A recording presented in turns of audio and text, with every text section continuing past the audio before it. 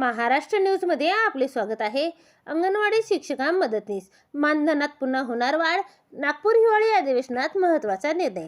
पाहूया बातमी सविस्तर। तत्पूर्वी चॅनलवर नवीन आहात तर चॅनलला सबस्क्राइब करा।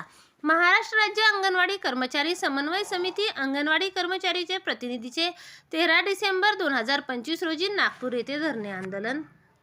महाराष्ट्र राज्य अंगणवाडी कर्मचारी समन्वय समिती अंगणवाडी कर्मचारी प्रतिनिधीचे 13 डिसेंबर 2025 रोजी नागपूर येथे धरणे आंदोलन। शनिवार सकाळी 11 वाजता विधानसभा परिसर यशवंत स्टेडियम धनोतली नागपूर येथे अंगणवाडी सेविका मदतनीस भगिनींचे राज्यातील अंगणवाडी कर्मचाऱ्यांच्या प्रलंबित मागण्या राज्य शासनाने तात्काळ सोडाव्यात यासाठी समन्वय समितीच्या नेतृत्वाखाली नागपूर विधानसभा हिवाळी अधिवेशनाच्या काळात अंगणवाडी कर्मचारी प्रतिनिधीचे धरणे आंदोलन करत शासनाचे लक्ष वेधणार आहेत। यात अंगणवाडी सेविका मदतनीसांना शासकीय कर्मचाऱ्याचा दर्जा देऊन त्यांना वेतन भत्ते लागू करण्यात यावे। केंद्र सरकारने महागाईचा विचार करून अंगणवाडी कर्मचाऱ्यांच्या मानधनात भरीव वाढ करावी।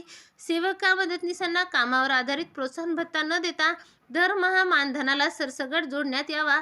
सुप्रीम कोर्टाच्या आदेशानुसार अंगणवाडी सेविका मदतनीसांना ग्रॅज्युटी लागू करावी। अंगणवाडी सेविका मदतनीसांना सेवा समाप्तीनंतर दरमहा पेन्शन लागू करावी। एफआरएस करताना सेविकांना येणाऱ्या तांत्रिक अडचणी दूर करण्यात याव्या। मुख्यमंत्री लाडकी बहीण योजनेच्या कामाचा थकीत मोबदला अदा करावा। अंगणवाडी सेविका मदतनीसांना 15 दिवसाऐवजी 1 महिना उन्हाळी सुट्टी देण्यात यावी। या प्रमुख मागण्या अन्य मागण्या सोडविण्यासाठी राज्यातील अंगणवाडी कर्मचाऱ्यांच्या वेगवेगळ्या संघटनांनी राज्यस्तरीय समन्वय समिती स्थापन केली आहे। सदर समन्वय समितीच्या नेतृत्वाखाली नागपूर प्रतिनिधीचे धरणे आंदोलन आयोजित केले आहे।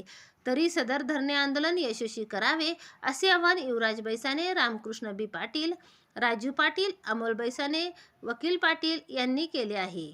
नागपूर येथे धरणे आंदोलनात सहभागी होण्यासाठी सर्वांनी वेळेवर उपस्थित राहावे असे आवाहन करण्यात आले आहे। धन्यवाद।